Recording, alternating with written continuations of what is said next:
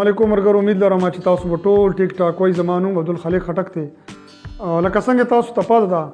چې زه په دې خپل یوټیوب چینل کې په پښتو کې د میډیکل بیس باندې مختلف قسم ته ویډیو وختن فوقتن اپلوډ کوم او د دې ټولو ویډیو صرف مقصد دا وي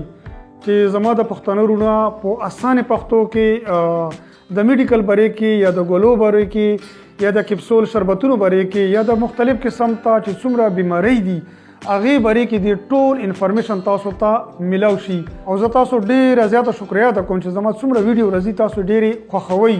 او ان شاء الله به آینده لپاره به زما دا کوشش وي چې په ښه ټاپک باندې په ښه میډیسن سیرپ وغیرہ باندې یا ډیزیز باره کې زه ښه بهترین انفارمیټیو ویډیو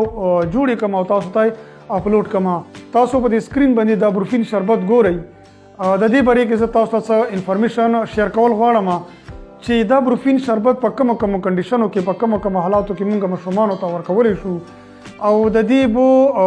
فایدې څه دي او د دې بو نقصانات څه وي کم مریضانو ته کم مشرومانو ته دا شربت موږ نه ورکوو په کومو کنډیشنو کې به نه ورکوو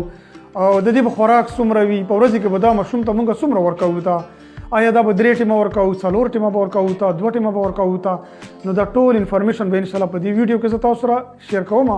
ویډیو اخره پورې وګورئ چې یو انفارمیشن تاسو نه پاتې نشي. اول خبره دا ده چې د بروفین شربت تاسو په سکرین باندې ګورئ. دا اول هغه حالت کې مونږ ورکوو چې کله چاته تبه وي دردونه وي نو د تبې دردونو دپاره دا بروفین شربت بهترین شربت دی. په دې کنډیشن کې تاسو دا شربت ماشومانو ته ورکولی شئ. دویم که یو ماشوم په کور کې غاښونو باندې درد وي غاښونه خوږیږي د غاښونو وجې نه د ماشوم ته زیات تکلیف وي د شپې خوب نه ورځي ورته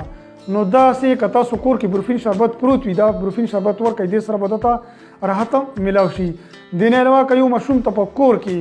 غوږونو باندې درد غوږونو باندې تکلیف دی او ته خوب نه ورځي ورته او دا بروفین شربت په کور کې پروت دی نو دا تاسو دا شربت ورکړئ. دې سره به د غوږونو درد هم ختم شي.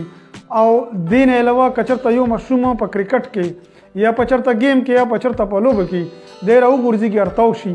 د ده چېرته لاس خوږ شي یا خپای خوږ شي یا ته په وجود باندې دردونه وي تکلیف وي ورته نو داسې کنډیشن کې بروفین شربت تاسو دې ماشوم ته ورکئ نو هغه درد به وقتي طور پر ټیک شي. بعضې ماشومان داسې وي چې هغه ډېر کمزور وي د کمزورۍ وجې نه هغه په وجود باندې دردونه وي په دې خپو باندې دردونه وي اسپیشلی په د شپې ټیم ډېر زیات دې ماشومانو ته تکلیف وي د خوب نه ورځي ورته نو داسې کنډیشن کې داسې حالاتو کې هم تاسو ته ماشوم ته که چېرته د بروفین شربت ورکوي نو د ده هغه درد به ورسره ختم شي. دې نه علاوه بروفین چې کوم دی ته مونږ په دې میډیکل کې یو ټرم استعمالوو چې مونږ ورته یې NSAID د دې مطلب دا دی چې نان سټیرایډ انټي انفلامینټري ډرګز مطلب دا دی چې هغه دوايانې چې هغه کې خو په خپله سټیرایډ موجود نه وي خو د سټیرایډ په شان که چېرته یو مریض یو ماشوم راوغورځېږي راپرېوځي هغې وجې نه د هغه چېرته لاس پړسوب وکړي یا خپای پړسوب وکړي یا سر یې چېرته پړسوب وکړي نو د پړسوب دپاره موږ د بروفین شربت ورکولی شو. ملګرو د بروفین باره کې یو څو انفارمیشن تاسو سره ما شیر کړو چې په داسې کنډیشن کې یا داسې حالاتو کې ماشومانو ته که چېرته تکلیف وي نو تاسو ماشوم ته دا بروفین شربت ورکولی شئ. اوس راځو چې دا بروفین شربت موږ کوم ماشومانو ته نه ورکوو. دا خبره لږ تاسو په غور باندې واورئ چې په کم کنډیشن کې په کم حالاتو کې موږ یو ماشوم ته د بروفین شربت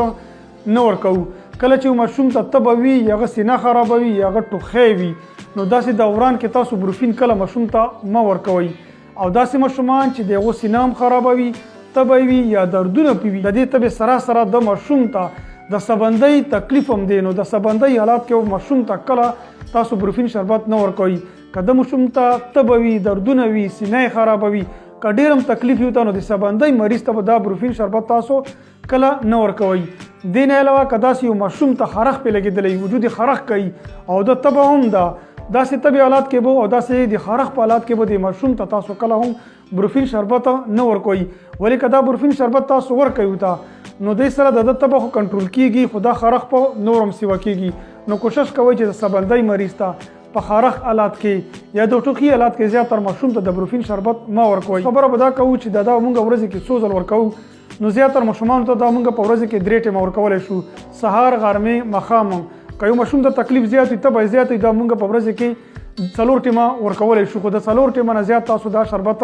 مه ورکوئ او څومره ماشوم ته به څومره ورکوو اوس هغه ماشوم چې د کم ماشوم د 5 کالو نه عمر کم وي هغه ته نیمه چمچ پکار ده ورځې کې 3 ټیمه چې د کمو ماشومانو 5 او د 10 کالو په منځ کې عمر وي دې ته مونږ یوه چمچه ورکوو او چې د کمو 10 کالو نه به عمر 12 کاله وي یا 14 کاله وي نو هغه ته مونږ 2 چمچې ورکولی شو دې نه به چې کم عمر وي ایجز وي هغو ته مونږ زیاتره ټیبلټس فارم کې ورکوو نو انشاءالله د ټیبلټس بارے کې زه تاسو ته ویډیو جوړوم د بروفین ټیبلټس مونږ کوم کنډیشنو کې مریض ته ورکولی شو د دې ساید افیکټ دا دي چې زیاتره د معدې ته نقصان ورکوي په ګېډه کې درد هم کېدلی شي یا که یو ماشوم یې زیات وڅکي الټۍ ورته هم کېدلی شي او زیاتره دستونه هم یو ماشوم ته کېدلی شي دوستانو امید لرم چې د بروفین بارے کې کومه ویډیو تاسو ته ما جوړه کړه کم تاسو ته ما د دې انډیکیشن وښیلو او ډوز مې ته وښیلو کانټر انډیکیشن مې ته وښیلو نو دا ټول انشاءالله تاسو ته ډېر خوښ شوي د خپل ځان او د خپلو ماشومانو ډېر خیال ساتئ ډېره مهرباني شکریه